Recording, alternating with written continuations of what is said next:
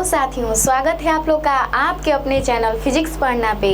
उम्मीद करती हूँ कि आप लोग बहुत ज़्यादा मस्त होंगे और आपकी जो पढ़ाई है वो तो बहुत ही ज़्यादा एकदम मस्त तरीके से चल रही होगी। तो आज का जो हमारा क्लास है इसमें हम लोग अध्ययन करने वाले हैं राम नाम बिनु बिरथे जगी जन्मा का प्रश्न उत्तर। क्या अध्ययन करने वाले हैं? तो प्रश्न उत्तर, यानी कि इस क्लास में हम लोग बहुत ही अच्छे से एकदम अपने भाषा में इस प्रश्न उत्तर को देखेंगे, है ना। तो चलिए अब क्लास को बिना देर किए इसको आगे की ओर बढ़ाते हैं, ठीक है। तो आइए देखते हैं प्रश्न उत्तर को। तो यहाँ पे देखिए प्रश्न उत्तर दिया गया है, ठीक है, और चैप्टर का नाम दिया गया है कि राम नाम बिनु बिरथे जगी जन्मा। और चैप्टर नंबर कौन सा है? तो चैप्टर नंबर है 1, ठीक है। क्लियर इतना। अब आगे देखते हैं कि प्रश्न कौन सा है, उसका आखिर उत्तर क्या होगा, है ना। और एक बात और, आप लोगों को प्रश्नों को याद नहीं करना है, ठीक है। मैं पहले भी बोलती हूँ कि हिंदी है ना, उसको फील करना है, समझना है, याद नहीं करना है, रट्टा नहीं मारना है, ठीक है। तो आप लोग कोशिश कीजिएगा इसे समझने का, याद करने पे ज़्यादा फोकस मत कीजिएगा। यदि आप लोग समझ जाएंगे तो याद अपने आप हो जाएगा, ठीक है। तो आइए देखते हैं प्रश्न उत्तर को। तो यहाँ पे देखिए पहला प्रश्न दिया गया है। पहला प्रश्न आपके स्क्रीन बोर्ड पे दे दिया गया है ना। तो आइए अब हम लोग समझते हैं कि आखिर पहला प्रश्न क्या कह रहा है। तो पहला प्रश्न दिया है, कवि किसके बिना जगत में यह जन्म व्यर्थ मानते हैं। यानी कि जो कवि हैं गुरु नानक जी, वो किसके बिना इस संसार में ये जन्म व्यर्थ मानते हैं। आखिर ऐसा कौन सा चीज़ है ना, ऐसा कौन सा चीज़ है जिसके बिना कवि इस जगत में जीवन जो है व्यर्थ मानते हैं। तो आइए आंसर देखते हैं। कवि राम नाम के बिना जगत में यह जन्म व्यर्थ मानते हैं।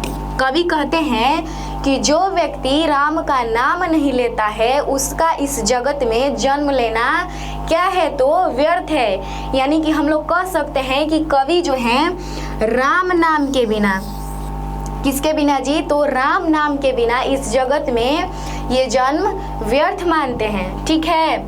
अर्थात कवि कहते हैं कि जो व्यक्ति राम का नाम नहीं लेता उसका इस संसार में जीना व्यर्थ है। अर्थात कवि का यह तात्पर्य है कि जो व्यक्ति राम का नाम नहीं लेता है उसका इस संसार में जन्म लेना क्या है? तो बेकार है, यानी कि व्यर्थ है। क्लियर। अब अगला क्वेश्चन देखते हैं। सेकंड नंबर, सेकंड है, वाणी कब विष के समान हो जाती है। यानी कि हम लोग की जो वाणी है वो कब विष यानी कि जहर के समान हो जाती है। ऐसा कब होता है? जब हम लोग कुछ बोलते हैं तो वो जहर लगता है। तो कवि गुरु नानक जी कहते हैं कि, कौन कहते हैं? कवि गुरु नानक जी कहते हैं कि जो व्यक्ति राम का नाम नहीं लेता, यानी कि जो व्यक्ति राम का नाम नहीं लेता है, अर्थात जो व्यक्ति सांसारिक मोह माया में उलझा रहता है, उसकी वाणी विष के समान हो जाती है। कहते हैं कवि गुरु नानक जी कि जो व्यक्ति राम का नाम नहीं लेता है उसका इस जगत में जीना व्यर्थ है और उसकी जो वाणी है वो जहर के समान हो जाती है। एकदम लगता है कि यह है एकदम जहर ही बोल रहा है ना। और वो सांसारिक मोह माया में उलझा रहता है ना। किस में उलझा रहता है? तो संसारिक मोह माया में। यहाँ पे देखिए संसारिक मोह माया में उलझा रहता है, उसकी वाणी ही विष के समान हो जाती है। यानी कि एकदम जहर सी उसकी बोली लगती है, उसकी वाणी लगती है। किसकी वाणी लगती है? तो जो व्यक्ति राम का नाम नहीं लेता है और इस संसारिक मोह माया में उलझा रहता है कि तुम मेरे अपने हो, तुम मेरे पराये हो, तुम मेरे दुश्मन हो, तुम मेरे मित्र हो, है ना। ऐसे करने वाले व्यक्ति क्या होते हैं? उनका वाणी जो है विष के समान होता है, यानी कि जहर के समान होता है, ठीक है। क्लियर। अब देखिए अगला क्वेश्चन की ओर चलते हैं। थर्ड नंबर है, नाम कीर्तन के आगे कवि किन कर्मों की व्यर्थता सिद्ध करते हैं। यानी कि जो कवि हैं गुरु नानक जी नाम कीर्तन के आगे किस चीज की, यानी कि किन कर्मों की व्यर्थता सिद्ध करते हैं, ऐसा कौन सा कर्म है। तो आइए देखते हैं, है ना। तो यहाँ पे है,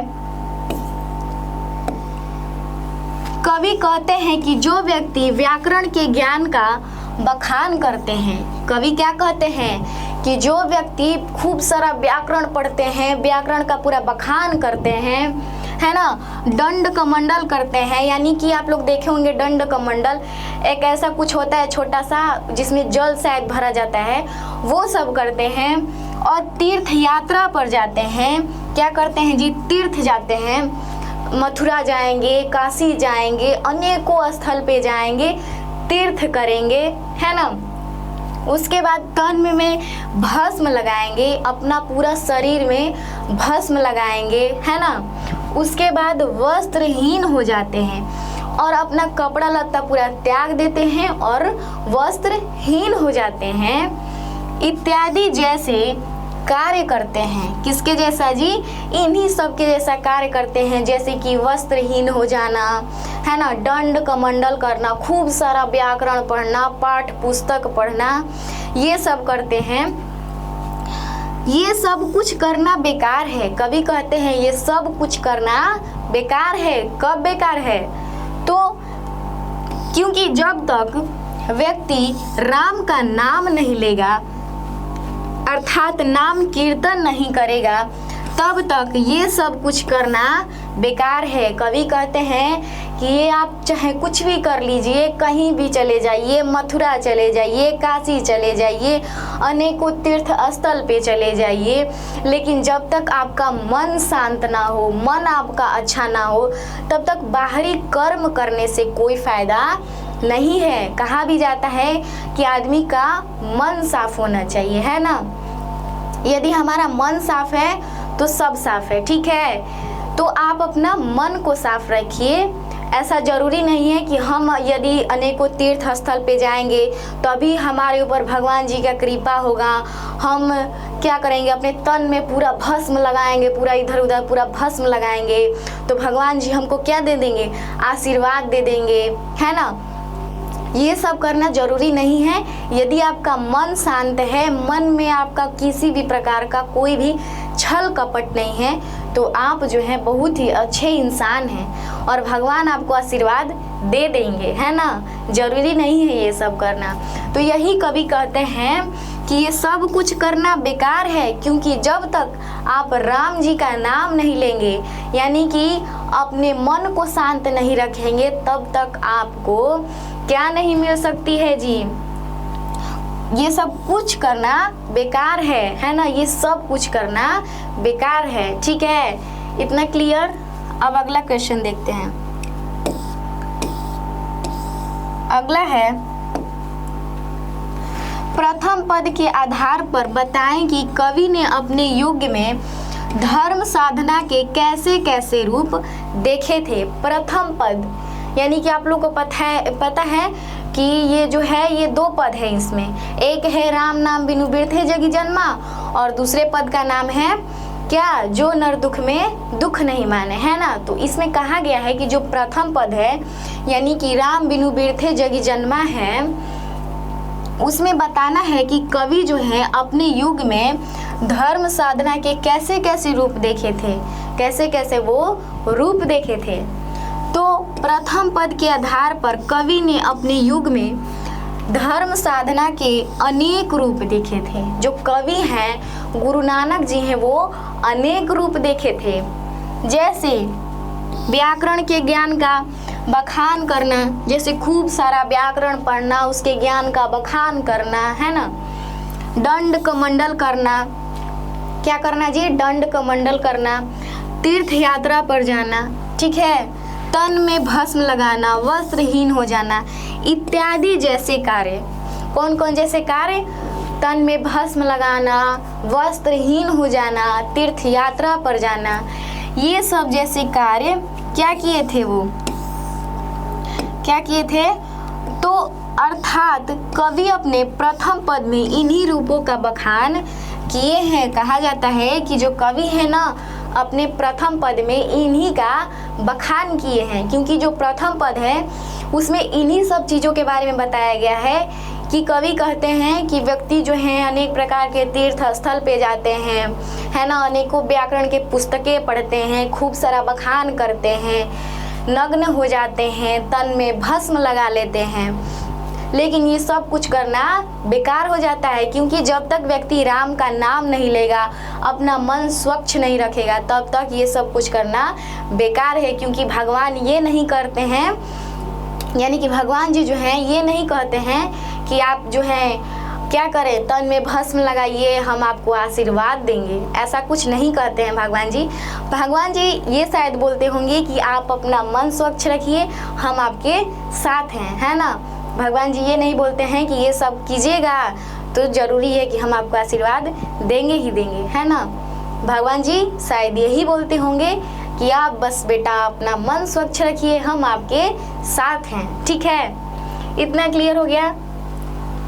अब आगे देखते हैं, अगला है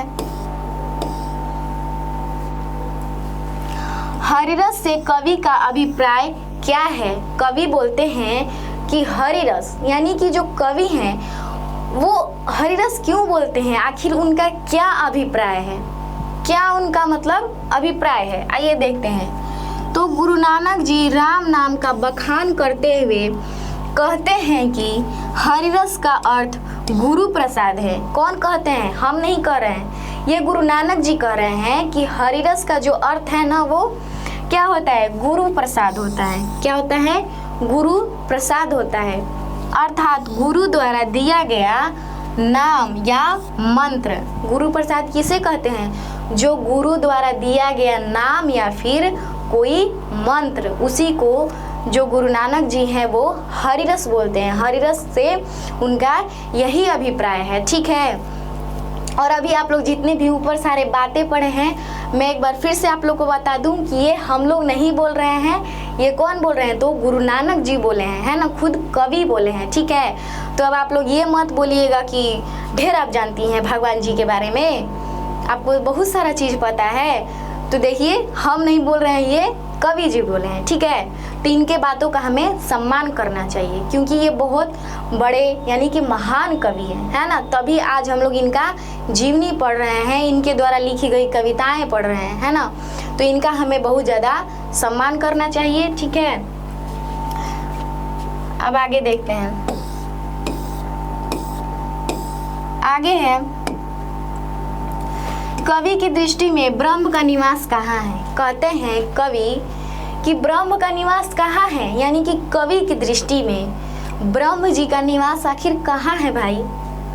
तो गुरु नानक जी के अनुसार जिस व्यक्ति के पास काम और क्रोध न हो, जिस व्यक्ति के पास काम ना हो यानी कि किसी चीज़ को पाने की चाहत ना हो, क्रोध ना हो, किसी के ऊपर गुस्सा ना आए, है ना, किसी से आशा ना हो कि वो मेरा काम कर देता, उसके घर हम खाना खाने जाते, वो मेरे को काश अपने बर्थडे में बुला लेता, है ना। ऐसा किसी से कामना ना हो, ना किसी से आशा हो, ना किसी से निराशा हो, ना किसी से क्रोध हो यानी कि गुस्सा हो। अर्थात जो व्यक्ति सांसारिक मोह माया से दूर रहता हो उसके ही हृदय में ब्रह्म का निवास होता है। अर्थात कवि कहते हैं कि जिस व्यक्ति के पास किसी भी प्रकार का कोई भी सांसारिक मोह माया ना हो, यानी कि वो ये ना समझे कि ये मेरा दुश्मन है तो हम तुमको दूर से ही देखेंगे और तुम मेरे मित्र हो तो आओ पास से मिलते हैं, ऐसा कुछ नहीं हो।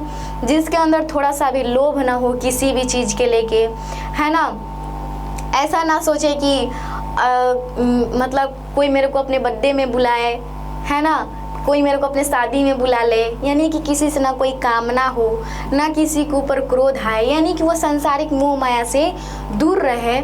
उसी व्यक्ति के पास क्या होता है जी, हृदय में ब्रह्म का निवास होता है। क्या होता है, तो ब्रह्म का निवास होता है उसी व्यक्ति के पास, ठीक है। अब आगे देखते हैं अगला क्वेश्चन, और ये लास्ट क्वेश्चन है, ठीक है, ये आज का लास्ट है ना। तो गुरु की कृपा से किस युक्ति की पहचान हो पाती है? कहा गया है कि गुरु के कृपा से किस युक्ति की पहचान हो पाती है भाई, बताइए हम लोग को। तो आइए हम लोग बताते हैं। तो गुरु की कृपा से राम नाम की युक्ति की पहचान हो पाती है। किस युक्ति की पहचान हो पाती है? तो राम नाम की। यहाँ पे देखिए लिखा है राम नाम, यानी कि राम नाम की युक्ति की हमें पहचान हो पाती है। अर्थात व्यक्ति राम नाम का जाप करके इस संसार से मुक्ति पा सकता है। कहा गया है कि अर्थात जो व्यक्ति है वो राम नाम का जाप करके इस संसार से मुक्ति पा सकता है। और आप लोग मुक्ति का तो अर्थ समझते ही हैं कि मुक्ति का अर्थ क्या होता है। तो मैं एक बार फिर से बता दूं कि मुक्ति का अर्थ होता है कि मान लीजिए कोई मनुष्य या फिर कोई प्राणी इस धरती पे जन्म लिया है, ठीक है, इतना क्लियर। लेकिन वो जब मर जाए तो दोबारा वो इस धरती पे जन्म न ले, कोई भी जीव में यहाँ पे न आए जन्म लेके, उसी को मुक्ति बोला जाता है। यानी कि दोबारा इस संसार में वो न आए, उसी को मुक्ति बोला जाता है। तो कहा गया है कि जो व्यक्ति क्या जी राम नाम का जाप करके इस संसार से मुक्ति पा सकता है, यानी कि यदि व्यक्ति को मुक्ति पाना है तो राम नाम का वो जाप करे, वो मुक्ति पा लेगा। क्योंकि आप लोग देखे भी होंगे हमारे घर में जो बुजुर्ग लोग होते हैं, जैसे दादा दादी नाना नानी, अक्सर आप लोग देखे होंगे कि वो लोग एकदम शांत स्वभाव के होते हैं, एकदम शांत, अपने में कुछ जाप करेंगे या फिर कुछ बोलेंगे या फिर शांत रहेंगे, बस वो लोग एकदम विलीन हो जाते हैं, परमात्मा में विलीन हो जाते हैं। क्योंकि वो लोग जान चुके हैं कि दुनिया में कुछ नहीं रखा है, बस ये एक संसारिक मोह माया है ना। तो उन्हें वृद्धा अवस्था में शायद पता चल जाता है और वो मुक्ति प्राप्त करने के लिए शायद ब्रह्म में विलीन हो जाते हैं। क्योंकि आप लोग देखे भी होंगे आस पड़ोस में भी या फिर अपने घर में भी हमारे जो पूर्वज होते हैं ये सब करते हैं, है ना, और भगवान को ज़्यादा पूजा करते हैं, ठीक है, ज़्यादा वो भगवान पे विश्वास करने लगते हैं। बोलते हैं हर बात में कि ऊपर वाला सब देख रहा है ना, अब सब भगवान के हाथों में है, ऐसा वर्ड कुछ बोलते हैं, ठीक है। तो वो लोग जान चुके हैं कि मुक्ति का अर्थ क्या होता है, ठीक है। तो हम लोग भी जान गए कि मुक्ति का अर्थ क्या होता है और व्यक्ति राम नाम का जाप करके मुक्ति प्राप्त कर सकता है। कौन कहते हैं? तो गुरु नानक जी कहते हैं। इतना क्लियर। यानी कि आज हम लोग इस क्लास में कितना क्वेश्चन देखे हैं? तो कुल 7 क्वेश्चन देखे हैं। कितना क्वेश्चन देखे हैं? 7 क्वेश्चन देखे हैं। यानी कि इस बुक में इतना ही क्वेश्चन दिया था, ठीक है। जो VBI क्वेश्चन है हम आप लोग को यहाँ पे ला दिए हैं, है ना। तो आज के लिए इतना ही रहेगा। आप लोग एकदम मन लगा के पढ़ाई करते रहिए, क्योंकि जो एग्ज़ाम है एकदम धीरे धीरे से आपकी ज़िंदगी में करीब आ रहा है ना। तो आप लोग भी जम के मेहनत कीजिए। तो आज के लिए इतना ही, मिलते हैं नेक्स्ट क्लास में। तब तक के लिए जय हिंद, जय भारत।